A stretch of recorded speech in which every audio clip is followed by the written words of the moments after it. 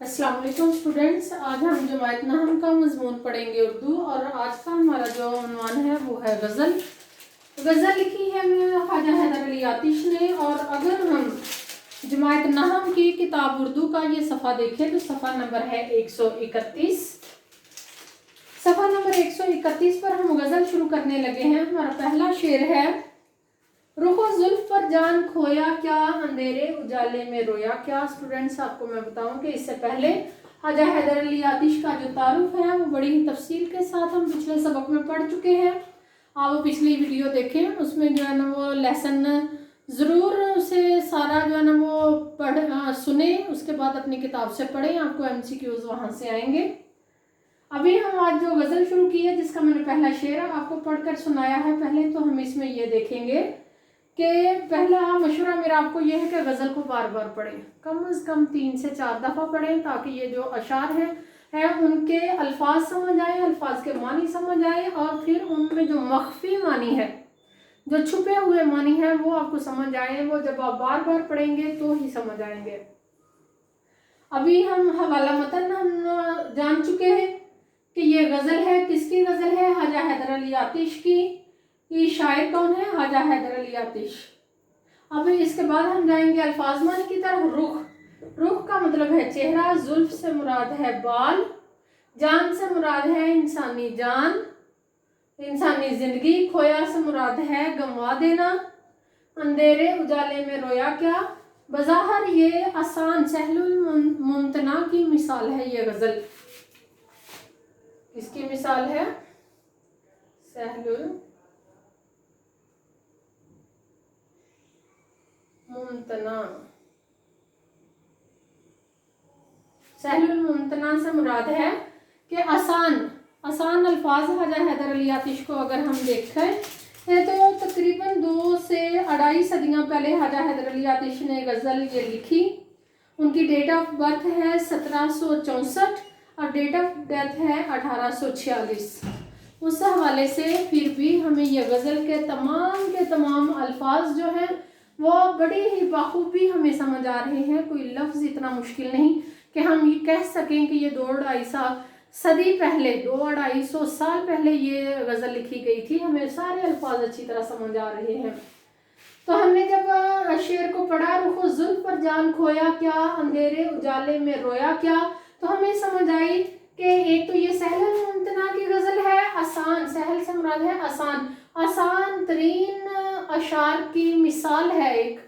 फिर हमें समझ आया कि अंधेरे और उजाला, अंधेरा और उजाला दोनों क्या है? सनत मुतजाद है। जब शायर कोई भी अपनी गज़ल लिखता है, उसकी जो वो बनावट तैयार करता है, उसकी जब इंजीनियरिंग करता है कि इसमें मैंने कौन कौन सी तरकीब इस्तेमाल करनी है, कौन सी मैंने सनतें इस्तेमाल करनी है, इसमें रदीफ काफिये कौन से होंगे, तो इसमें उन्होंने क्या इस्तेमाल किया है? सनत मुतजाद।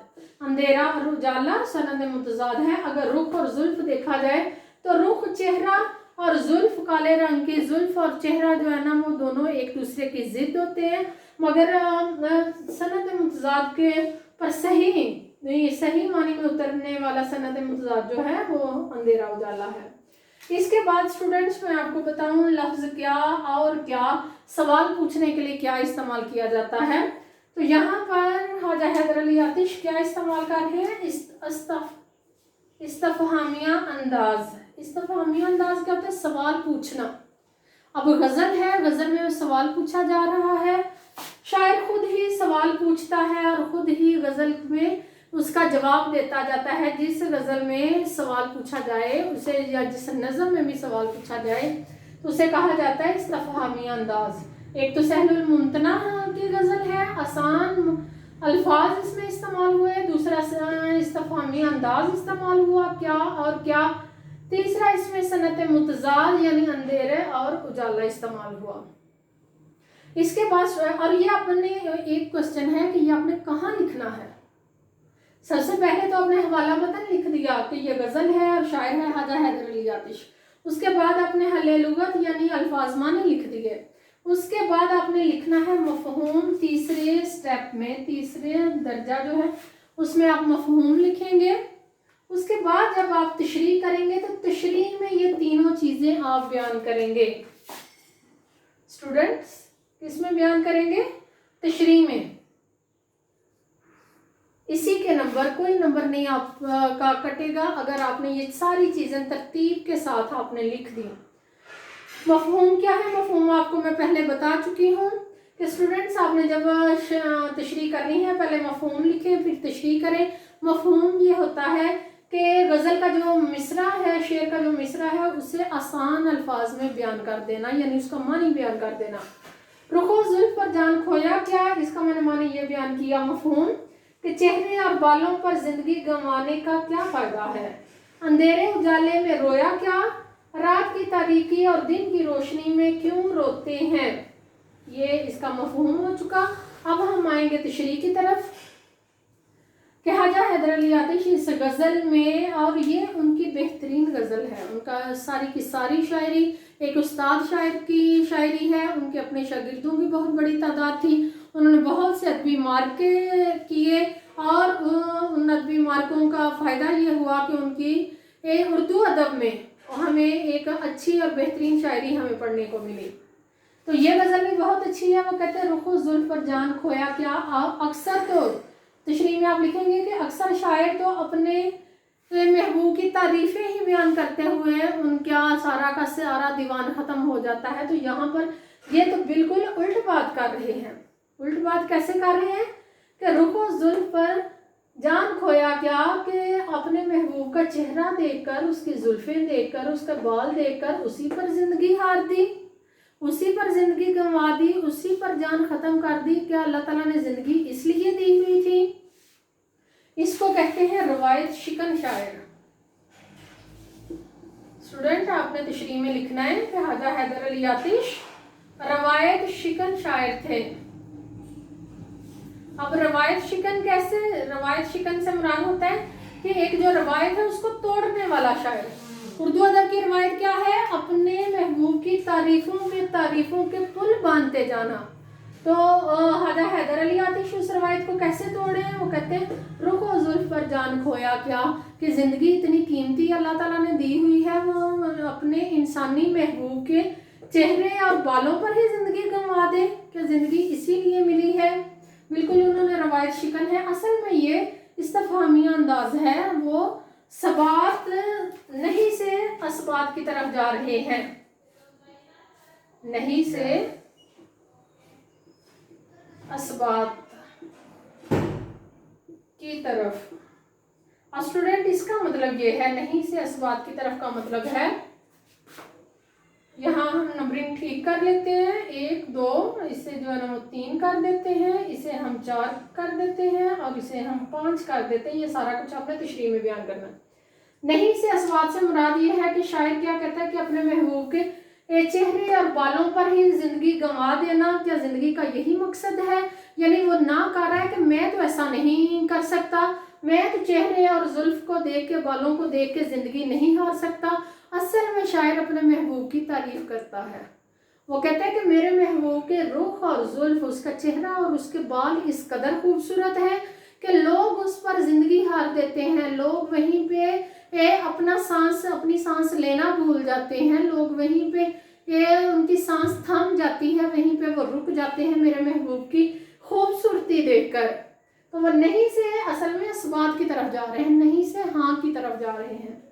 दूसरा मिसरा है अंधेरे उजाले में रोया क्या। यहाँ पर भी यही बयान कर रहे हैं कि बहुत से शायर जैसे मीर तकी मीर है, वो कहते हैं कि मैं तो सारी सारी रात अपने अशार में बयान करते हैं कि अपने महबूब की याद में मैं रोता रहता हूँ। कोई वक्त ऐसा नहीं गुजरता, ना अंधेरे का रात का वक्त ऐसा गुजरता है, ना ही दिन का वक्त ऐसा गुजरता है जिसमें मैं अपने महबूब की याद में रोया ना हूँ।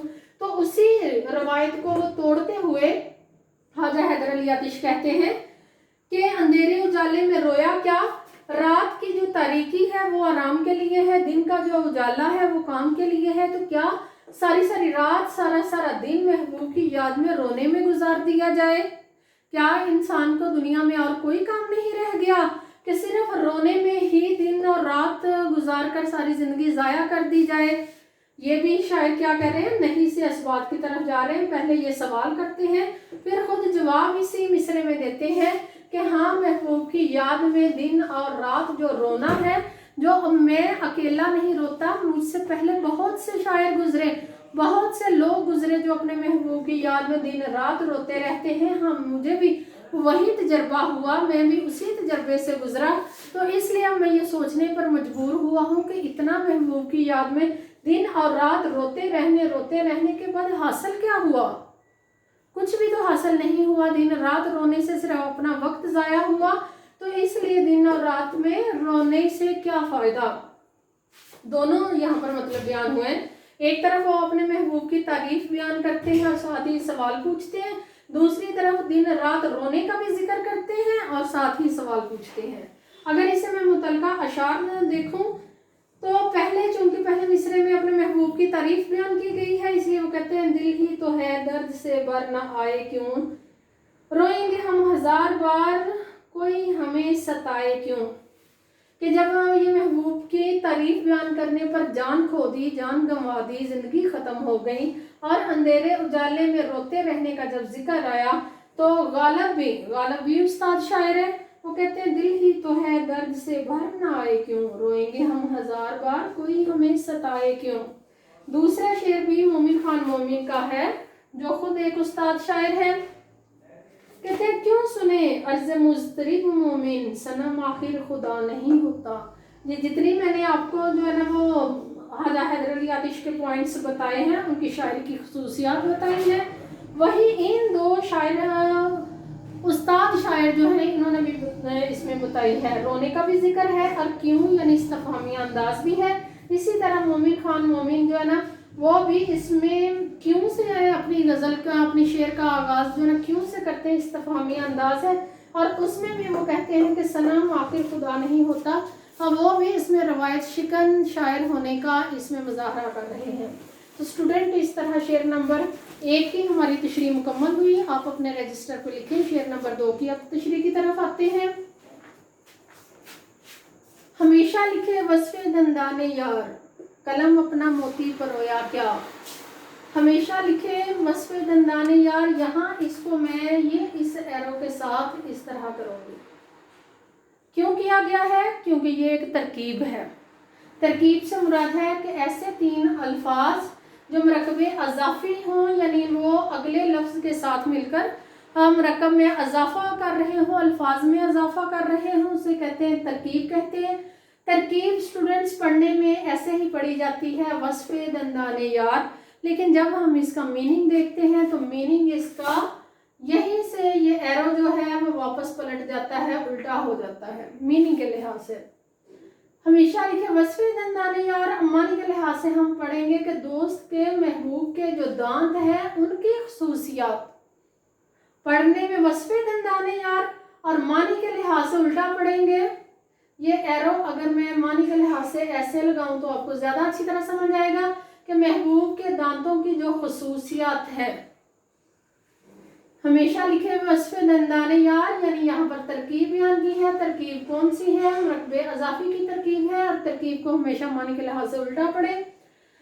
कलम अपना मोती परोया क्या, मोती क्या है? हीरे जवाहरात है, वो यहाँ से मैं आपको बता देती हूँ। अल्फाज मानी में वस्फ से मुराद है खूबी, दंदान से मुराद है दांत, यार से मुराद है दोस्त महबूब, मोती से मुराद है जवाहरात। अब स्टूडेंट्स आपको मैं एक और खसूसियत बताऊँ ख्वाजा हैदर अली आतिश की गज़ल की, जो हर गज़ल की खसूसियत है। गज़ल उसी सिन्फ़ शायरी को कहते हैं जिसका हर शेर अपने दूसरे शेर से उन्वान के हवाले से, मजमून के हवाले से मुख्तलिफ हो।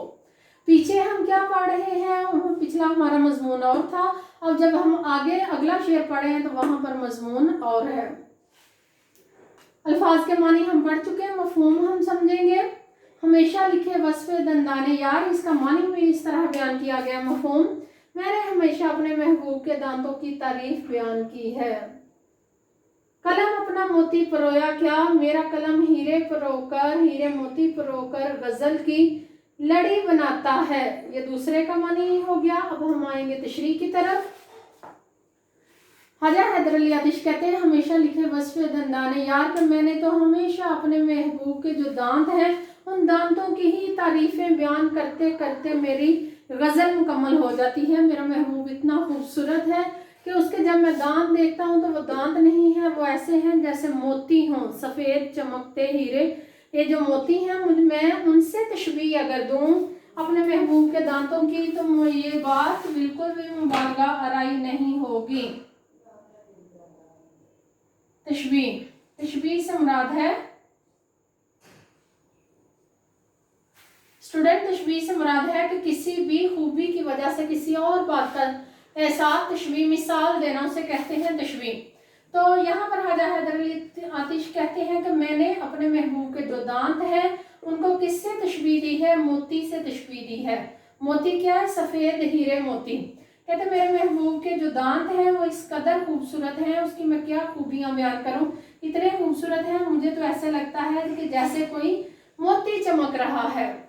ایک تو پہلا مصرع انہوں نے یہ بیان کیا، دوسرا انہوں نے کہا کہ قلم اپنا موتی پرویا کیا۔ اب اپنے دوسرے مصرع، پہلے مصرع میں اپنے محبوب کے دانتوں کی تعریف کر لی، دوسرے مصرع ہے تالی کا۔ اور اسٹوڈنٹس تالی کا مطلب ہے شاعر جب جس شعر میں اپنی تعریف بیان کرتا ہے اس شعر کو کیا کہا جاتا ہے؟ تالی۔ تالی سے مراد ہے اپنی ہی تعریف بیان کرنا۔ قلم اپنا موتی پرویا کیا، یعنی شاعر کہتا ہے کہ میرا جو قلم ہے میں جس سے لکھتا ہوں، جس سے میں غزل لکھتا ہوں، وہ ایسے ایسے الفاظ سوچ سوچ کے میں لکھتا ہوں، میرے غزل قلم سے میری غزل کے لیے ایسے ایسے الفاظ نکلتے ہیں کہ پڑھنے والا عش عش کرتا رہ جاتا ہے، حیران رہ جاتا ہے، اسے لگتا ہے کہ جیسے میں نے ایک ایک موتی پرویا ہے۔ ایک ایک موتی پرونے سے مراد کیا ہے کہ میں غزل نہیں لکھتا، غزل میں ایک سونار کی طرح، ایک جیولر کی طرح، ایک جوہری کی طرح میں ایک ایک جو لفظ ہے اس کو نگینوں کی طرح جوڑتا ہوں۔ تو قلم اپنا موتی پرویا سے کیا مراد کہ جس طرح جوہری اپنے جواہرات میں نگینے پروتا ہے، میرا قلم بھی میری غزل میں موتی پروتا ہے۔ تو اسٹوڈنٹ اس کی جب آپ تشریح لکھیں گے تو اس میں آپ لکھیں گے کہ شاعر نے ایک تو یہاں پر ترکیب استعمال کی ہے، دوسرا اس نے مرکب اضافی کی ترکیب بیان کی ہے، تیسرا اس نے تالی بیان کی ہے، اس نے اپنی ہی تعریف بیان کی ہے، اور اپنی تعریف وہ اس طرح بیان کرتا ہے۔ ایک اور شعر میں خواجہ حیدر علی آتش کہتے ہیں جو آپ کی اس غزل میں بھی شامل ہے، جڑنے نگوں سے کم نہیں آتش،